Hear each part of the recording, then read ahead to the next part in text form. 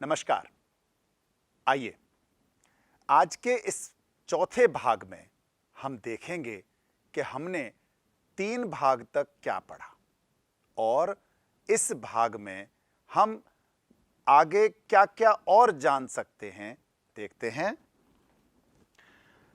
हमने जो 3 भागों तक देखा था उसमें पहले माध्य विचलन देखा, फिर माध्य विचलन की परिसीमाएं देखी।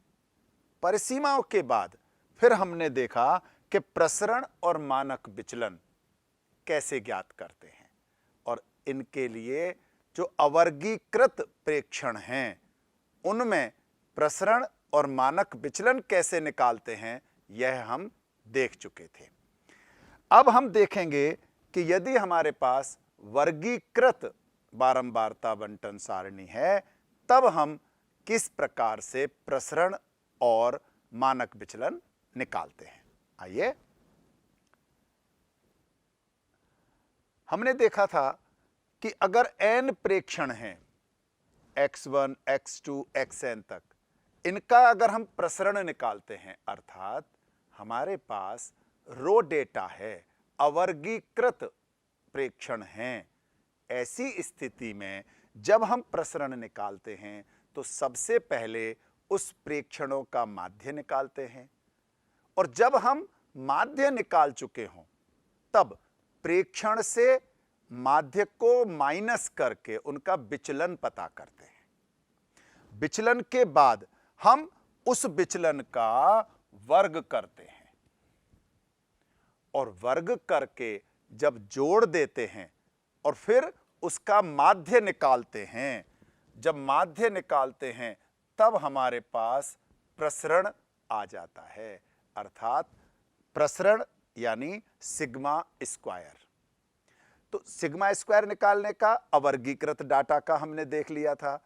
अब मानक विचलन के लिए हमने क्या किया था कि ये जो सिग्मा स्क्वायर है इसका वर्गमूल निकाला। क्यों निकाला था? क्योंकि जो हमने प्रसरण निकाला था वहां विचलन का वर्ग किया था, इसलिए इसका वर्गमूल निकाल करके जब हमने देखा तो उस तरह से हमारे पास मानक विचलन, स्टैंडर्ड डेविएशन हमें पता लग गया था। तो यहां तक हमने देखा कि रो डेटा या अवर्गीकृत डाटा का किस प्रकार से प्रसरण और मानक विचलन निकालते हैं। आइए आगे देखते हैं। अब हम देखते हैं कि हमारे पास 2 तरह के बारंबारता बंटन और होते हैं, एक असतत और दूसरा सतत, यानी डिस्क्रीट है या कंटीन्यूअस है।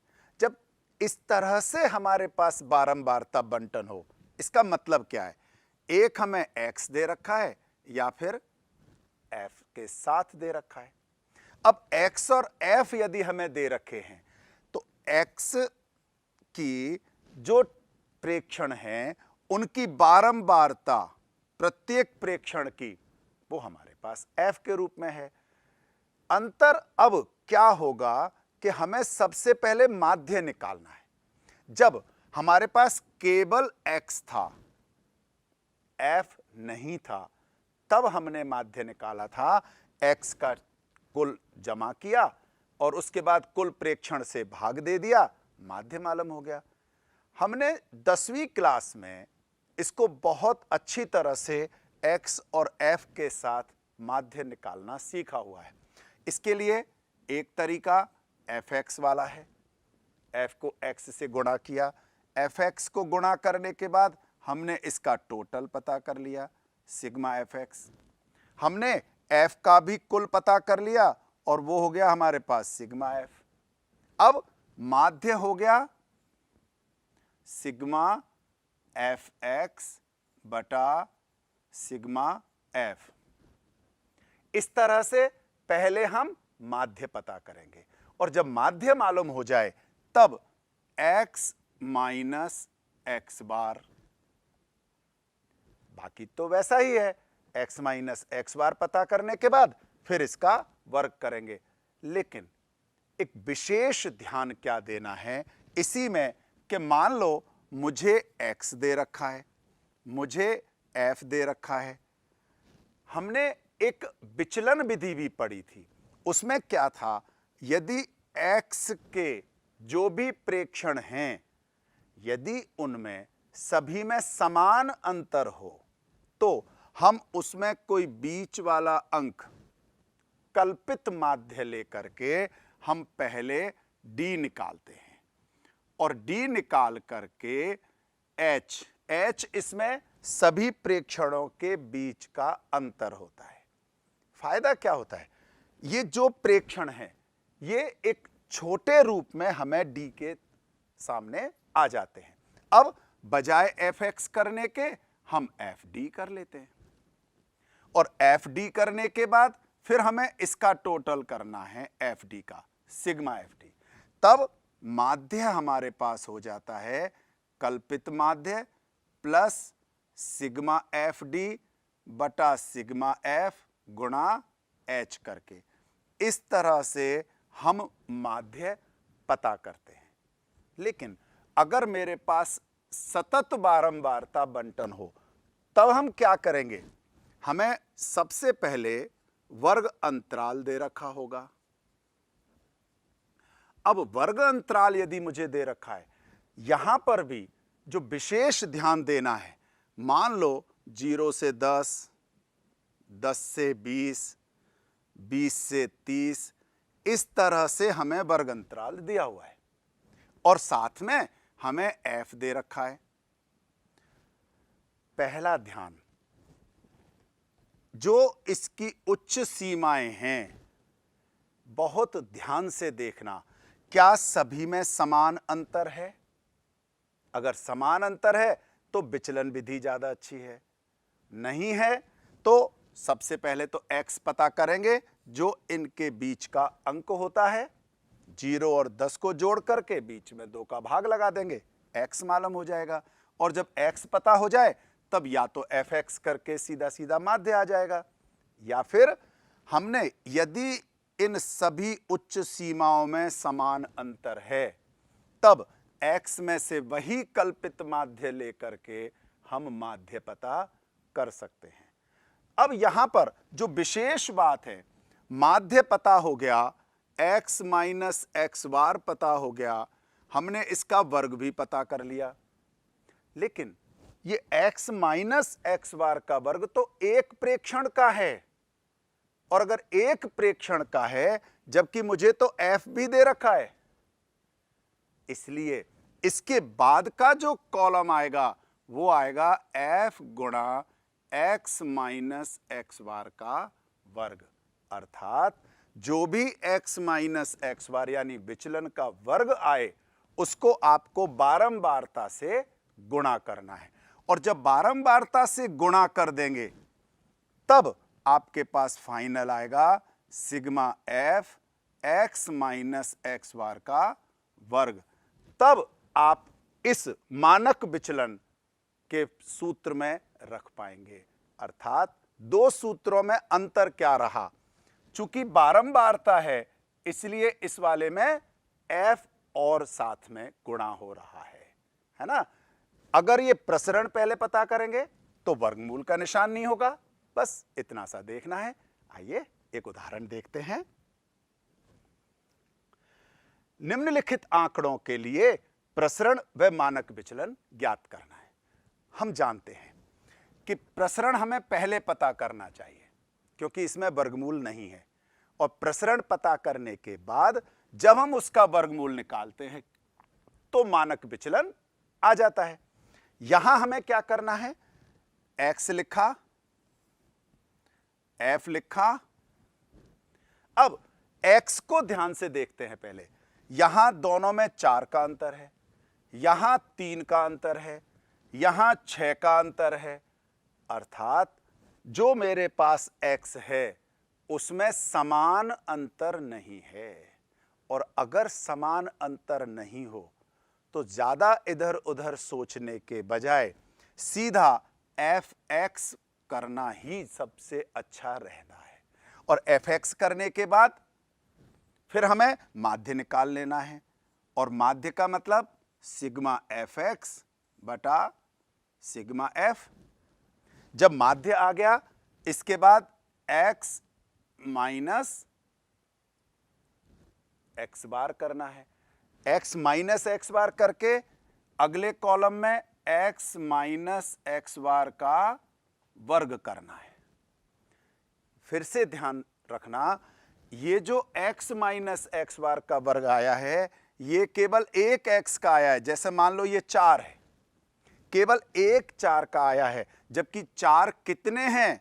4 तो 3 हैं, 4 अकेला नहीं है। ऐसे ही मान लो यहां 8 है, तो 8 अकेला नहीं है, 8 की बारंबारता कितनी है? 5, यानी 8 प्रेक्षण 5 बार है।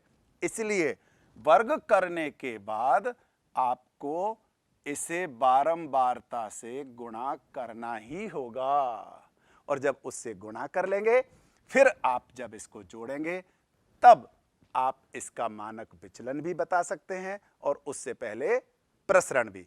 आइए एक बार इसका हल देखते हैं। x f, अब देखें, सबसे पहले fx, दोनों को गुणा किया, इसका टोटल 420, f का कुल 30। तो हमने सबसे पहले ये माध्य निकाला और माध्य आ गया हमारे पास 14। अब हमें x माइनस एक्स बार करना है। 4 में से 14 माइनस किए, 8 में से 14 माइनस किए, इस तरह से 32 में से भी 14 माइनस किए। हमने x में से x बार पता कर लिया, फिर इसका वर्ग किया, तो x माइनस एक्स बार का वर्ग, यानी विचलनों का वर्ग। विचलनों का वर्ग करने पर ये सारा वर्ग आ गया, लेकिन इसका हमें टोटल नहीं करना, पहले इसको गुणा करना है बारंबारता से। और जब बारंबारता से गुणा करेंगे तो 3 को 100 से किया, 5 को 36 से किया, 9 को 9 से किया, इस तरह से गुणा करके हमारे पास अब जो कुल आया वो आया 1374। फिर हम प्रसरण में, प्रसरण यानी सिग्मा स्क्वायर, सिग्मा स्क्वायर में वही 1/n f के साथ x माइनस एक्स बार का वर्ग।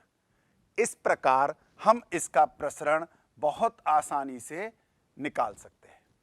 और जब प्रसरण निकाल लें, तब हम मानक विचलन सिग्मा 45.8 का वर्गमूल, अगर हमें वर्गमूल आसान नहीं लग रहा हो, कुछ ऐसा लग रहा हो, तो आप प्रश्न में यहां भी छोड़ सकते हैं। कोई जरूरी नहीं है कि आप इसको पूरी तरह से शुरू में करें, आप दशमलव के 1 अंक तक भी निकाल सकते हैं।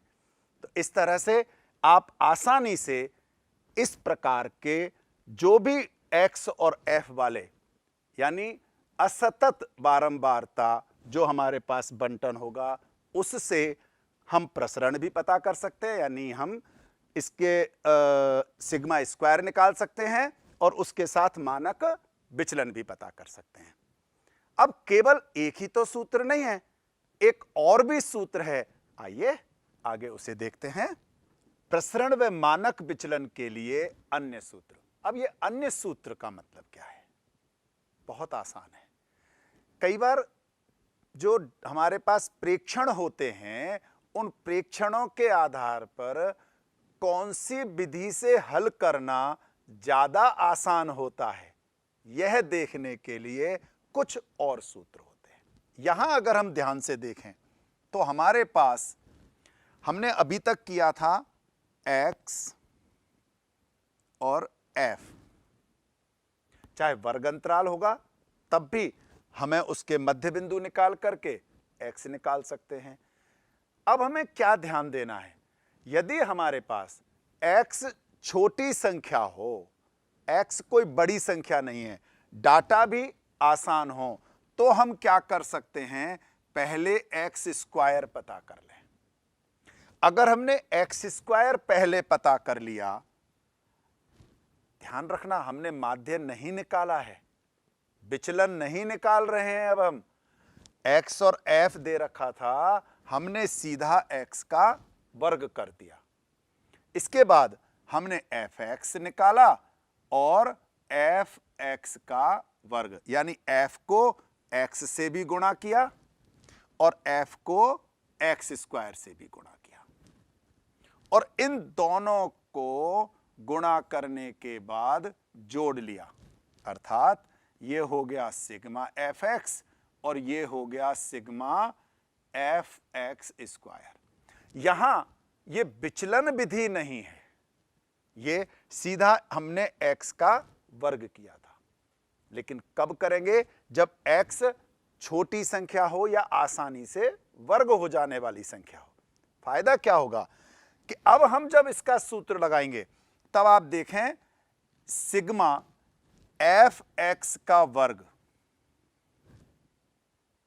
और बटा n माइनस, अगर हम इसको ध्यान से देखें तो ये हमारा माध्य है, सिग्मा एफ एक्स बटा सिग्मा एफ यानी n। तो हमने माध्य से के वर्ग करके उससे माइनस कर दिया, तो सूत्र क्या बना? सिग्मा एफ आई एक्स आई का वर्ग बटा सिग्मा एफ यानी n माइनस माध्य का वर्ग। इससे हम आसानी से प्रसरण पता कर सकते हैं, वेरिएंस पता कर सकते हैं। और वेरिएंस पता होने के बाद एक और देख लें हमने यदि इनमें से n स्क्वायर लघुत्तम ले लिया, अब अगर n स्क्वायर लघुत्तम ले लिया तो 1 बटा n स्क्वायर बाहर हो गया, यहां तो एक n है, यहां n स्क्वायर है, तो n को गुणा हो गया एफ एक्स स्क्वायर के प्लस से minus sigma f i x i. ध्यान रखना, अब ये हमारा माध्य नहीं है।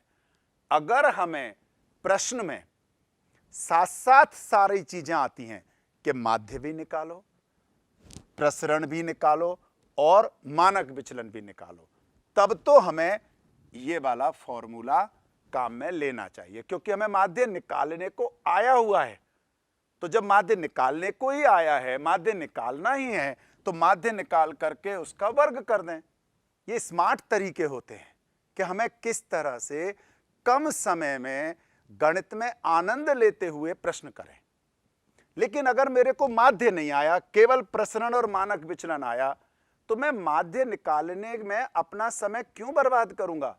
उस स्थिति में सीधा 1 बटा n स्क्वायर n गुणा sigma F x square minus F x के जमास के वर्ग के साथ लिख करके हम प्रसरण पता कर सकते हैं। और जब प्रसरण पता लग जाएगा तब मानक विचलन के लिए तो इसका वर्गमूल निकालना है। आइए एक उदाहरण देखते हैं। निम्नलिखित आंकड़ों के लिए अब यहां हमसे कहा गया है केवल मानक विचलन, प्रसरण भी नहीं पूछा है। हम इस प्रश्न को 2-3 तरीके से कर सकते हैं। चाहे नहीं पूछा हो, हम चाहें तो पहले माध्य पता करके भी कर सकते हैं, चाहें तो माध्य की आवश्यकता भी नहीं है, फिर प्रसरण का फॉर्मूला लगाएं या सीधा वर्गमूल वाला लगा दें। दोनों ही तरीके से हम इसे कर सकते हैं। लेकिन इस सूत्र से जब हम करेंगे तो जैसे मैंने x लिखा 3, 8, 13, 18 और 23, इसके बाद f लिखा इसके साथ। अब सबसे पहले दोनों कामों में से कोई भी काम कर सकते हो। चाहें तो पहले एफ एक्स निकाल लो, उसके बाद एक्स स्क्वायर निकाल लो और एक्स स्क्वायर के बाद एफ एक्स स्क्वायर निकाल लें। हमें चूंकि माध्य की आवश्यकता ही नहीं है, हमें नहीं दे रखा, तो एफ एक्स का कुल, एफ एक्स स्क्वायर का कुल और एफ का टोटल, और एफ का टोटल हमें पता है कि एन होता है। ऐसी स्थिति में सीधा मानक विचलन का सूत्र भी लगा सकते हैं और वो क्या हो जाएगा? सीधा लगा देंगे 1 बटा एन, और 1 बटा एन के साथ हम एन गुणा सिग्मा एफ एक्स स्क्वायर, अर्थात ये जो इसका टोटल आया है हमने ये यहां पर लिख करके n से गुणा कर दिया, माइनस अब सिग्मा एफ एक्स का वर्ग। जब हमने ये किया, अब यहां से जो सबसे आसान है, जिस बच्चे को गणना में हल करने में अगर कहीं भी कुछ छोटी मोटी घबराहट होती हो, तो आप सूत्र लिख करके इसका टोटल भरें, n से गुणा करें, fx का टोटल करके वर्ग कर दें। यहां तक भी अगर करते हैं तो काफी अच्छा आपको अपने अंदर आत्मविश्वास आ जाएगा कि आप कर सकते हैं और आप इसमें आनंद ले सकते हैं। आइए देखते हैं इसका हल। एक्स एफ, अब यहां पहले एफ एक्स निकाला हुआ है, आप देख लें, एफ एक्स का टोटल भी कर दिया 614 आ गया, एफ का कुल कर दिया 48 आ गया।